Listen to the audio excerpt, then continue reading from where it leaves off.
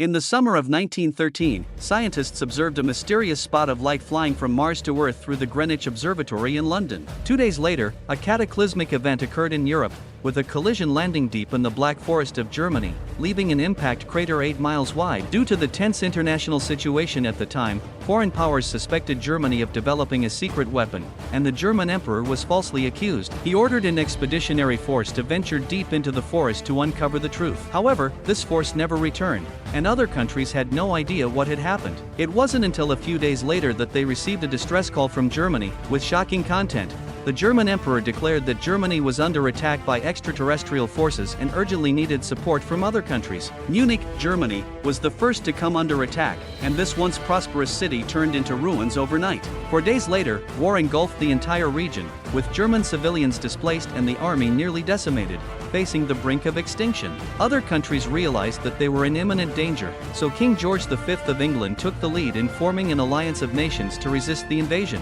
They didn't know exactly which planet the aliens came from, but since the initial celestial phenomenon originated from Mars, they referred to the enemy as Martians and named the conflict the Martian War. At the beginning of the war, many young men volunteered to enlist, believing they would be victorious. However, once they reached the front lines, they encountered a starkly different reality. In the Martian War Museum in England, there is a diary from 1913 written by a British soldier, detailing his first-hand encounter with the Martians. At dawn, a group of towering monsters appeared on the horizon, but the enemy was not human, it was mechanical. The soldiers fired cannons, but to no avail. After the machines retaliated, the human defenses collapsed. After this devastating defeat, the soldiers were haunted by the experience, giving the large mechanical beings a grim nickname, Herons. The Heron has two main components. One is a protective energy shield filled with dark energy particles, which was humanity's first encounter with such particles. Its second component is a slowly charging but devastating energy cannon, primarily used to break through defenses and drive human soldiers into the open, allowing another type of machine to take over. These smaller combat machines, called iron spiders, are agile and ruthless like hounds. Their main weapon is a deadly tentacle beneath their bodies, incredibly flexible and capable of capturing, entangling, and killing soldiers. Iron spiders prefer ambushes, often descending from above to slaughter soldiers in trenches,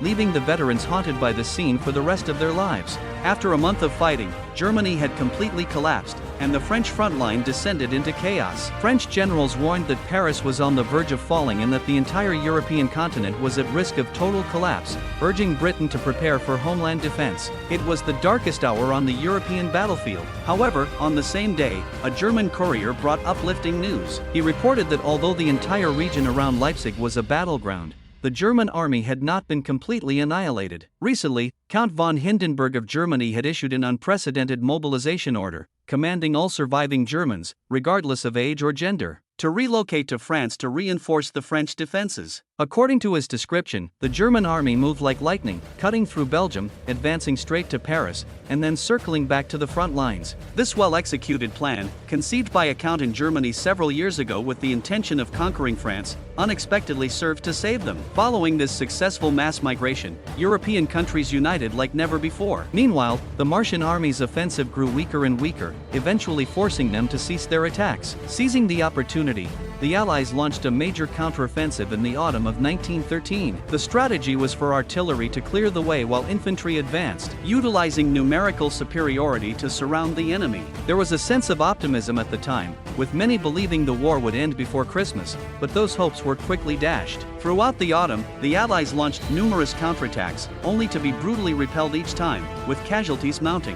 What was terrifying was that many of the dead and wounded soldiers often mysteriously disappeared. All of this was attributed to a new weapon of the extraterrestrial army, dubbed lice by people. The lice did not directly engage in combat. Instead, they would scavenge the battlefield for loot every night. By the next morning, everything on the battlefield would vanish, not only ammunition and shells but also the bodies of fallen soldiers. Initially, people speculated that the lice were stealing human bodies for fuel or food, sparking fear and outrage. Research revealed that the lice were only scavenging bullet casings to construct updated mech units. Scientists studying the wreckage of extraterrestrial mechs found them to be composed of common earth metals like iron, steel, and lead. In other words, these machines were constructed using earth metals after the Martians arrived on Earth, so every shell we fired became a new weapon for the aliens. The purpose of the lice's scavenging was to reclaim these metals. But why did the millions of bodies on the battlefield disappear? In reality, the lice had no interest in them. They tore them apart like garbage, crushed them, and merged them into the soil, displaying a more barbaric attitude towards corpses. People became even more furious upon learning the truth, but due to their overwhelming strength, they felt helpless. The war continued until 1915, when reconnaissance scouts reported that a large Martian force was reinforcing France. Once they arrived, the situation would become uncontrollable. Upon hearing this, Allied commanders were in a state of panic and immediately launched a hastily planned large-scale counteroffensive. They knew their only advantage was manpower, so they intended to use human lives to exchange blows with the Martians. Waves of soldiers surged forward, while nurses remained behind, still able to hear the sounds of gunfire, machinery, and screams from the front lines. They anticipated heavy casualties and had increased the number of hospital beds accordingly. However, after a day of waiting, they received 0 wounded. On that day, a staggering 850,000 soldiers participated in the battle,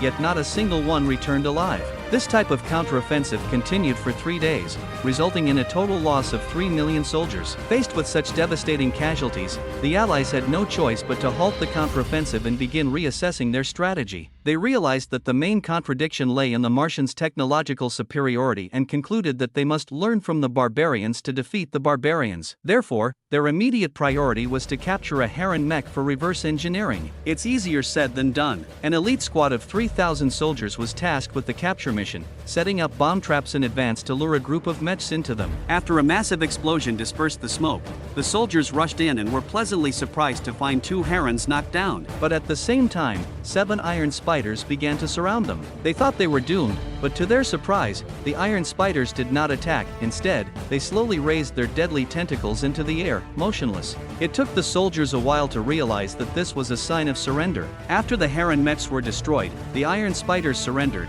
standing on the side of the Allies from then on. They even helped the soldiers carry the cockpit of the mechs back to Allied territory, marking an unexpected victory. But there were even more surprises to come. Scientists began to study the Herons and iron spiders one by one. Upon opening the Heron, they discovered several bodies, revealing the true nature of the aliens for the first time, further boosting morale. Next, scientists opened the iron spiders and were amazed to find that there were no pilots inside, only an unknown liquid. This liquid turned out to be an organic substance capable of self-replication, providing power and possessing a certain level of self-awareness. The decision to surrender was made by it. Scientists named it Vossi metal. Despite not fully understanding it, they still used it as a material and designed an advanced heavy weapon, which later generations colloquially referred to as tanks. In the autumn of 1916, tanks were officially deployed on the front lines. They were now capable of holding their own against the Martians, but their numbers were too few, leading to eventual defeat. The tank counteroffensive caused significant casualties among the aliens, making them desperate and resorting to more aggressive attacks, which resulted in a terrible accident. A Heron mech unexpectedly crossed the English Channel from the Netherlands and landed in the city of London. At that time, the defense of the British mainland was weak, with only 2 test fighter jets in the vicinity. As the Heron approached, most of the citizens of London fled in fear, but tens of thousands remained to witness its arrival. The 2 test fighter jets flew out of the clouds, attempting to restrain the mech with the new weapon, but with little success. In the midst of the counterattack, the Heron destroyed the Big Ben, but luckily, a 3rd fighter jet rushed to the battlefield. The pilot was a Hungarian nobleman who had been hunting this Heron since the Netherlands, tracking it all the way to London. He signaled for the other 2 fighter jets to open fire simultaneously, and through coordinated firepower, they managed to penetrate the mech's protective shield, causing it to collapse. Achieving his legendary feat, someone happened to capture this firefight, and this classic scene would be replayed countless times over the next few decades. When the citizens of London saw the mech destroyed, they were filled with excitement and rushed forward, eager to tear open the cockpit and pull the Martians out with their own hands. Later, a Martian did indeed emerge from the cockpit, and even more surprisingly, this time he was alive. The mounted police feared the crowd might beat him to death, so they hurriedly dispersed the crowd and handed him over to the scientists. Unfortunately, he died within minutes. Initially, the scientists were disappointed, but upon determining the cause of death, they were greatly encouraged. It turned out the Martian died from an infection caused by a virus carried by the police horses. The moment the Martian came into contact with the horse upon exiting the cockpit, he became infected and died rapidly. This virus, primarily infecting livestock, turned out to be lethal to the Martians. The scientists spent several months producing large quantities of the virus, and the next step was to spread this biological weapon to the Martians. In 1917, the Martian offensive intensified. Due to secrecy measures, frontline soldiers were unaware that senior officials had developed a virus weapon. Morale plummeted. It wasn't until the Allied Army Marshal launched a special speech that morale began to rally again. The next morning, the largest war in human history began. Countless horses infected with the virus were secretly brought forward by the High Command, crowded within a 50-mile-long enclosure, poised to become the decisive weapon. As the war began, soldiers launched a charge against the Martians, resulting in heavy losses. As the situation grew increasingly dire, the soldiers had no choice but to dig in and defend their positions. However, even this proved unsustainable, and the commander once again ordered a full retreat. The Mets relentlessly pursued, falling into the trap as the signal was given, and the guards of the horse enclosure drove tens of thousands of infected horses towards the Mets. These horses, panting with fear, disappeared into the sea of Mets. Yet, the Martians continued their advance that day, seemingly unscathed. However, just a few days later, all the Heron Mets ceased operation, their pilots collectively dying from symptoms consistent with the virus pathology. 2 days later, the Allies officially announced the end of the war. The long-awaited victory finally arrived, 4 years overdue. Even in the final battle, the Allies lost 2 million soldiers, but the cost was not just that. After the war, countless refugees wandered amidst the ruins of Europe, and the infected horses were not promptly slaughtered. The virus they carried spread rapidly, mutated, and gradually acquired the ability for human-to-human transmission. People named this new virus the Martian virus. Over the next 5 years, a total of 100 million people died worldwide from the infection, many of whom were relatives of veterans. Whenever veterans thought of this, they would often wonder if they had brought the virus home and inadvertently killed their families, but unfortunately, they would never get an answer. The most positive aspect of this war was our plundering of the Martian nests, where we found vast quantities of Vossi metal. Scientists utilized them to advance technology to new heights. It is well known that modern telecommunications, medicine, and engineering are all based on Vossi metal, which can be considered a kind of solace. This is the history known to everyone, but the latest archaeological discoveries suggest that there are even more disruptive truths behind this war. It all started with the discovery of a relic belonging to a veteran, a native Canadian soldier.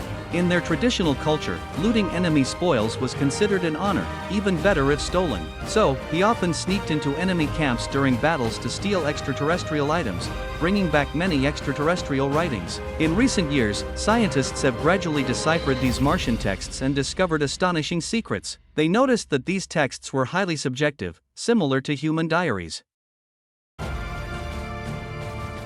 The most common symbol found in these writings was this one, meaning horror. Could it be that the Martians invaded Earth out of fear? Scholars came up with a bold hypothesis. Perhaps the Martians never intended to invade. When that Heron mech landed in London, it might have been a warning. The following extraterrestrial texts, with the first half boasting about being the warriors of warriors and the middle part claiming to be deceived, led scholars to speculate that the Martians were infected by parasites. They were deceived by parasites into invading Earth, and the parasite's ultimate goal was to spread the infection throughout the galaxy. In the past, the Martians had been invaded by a strange metal that fed on life. Scholars speculated that this metal was Vossi metal.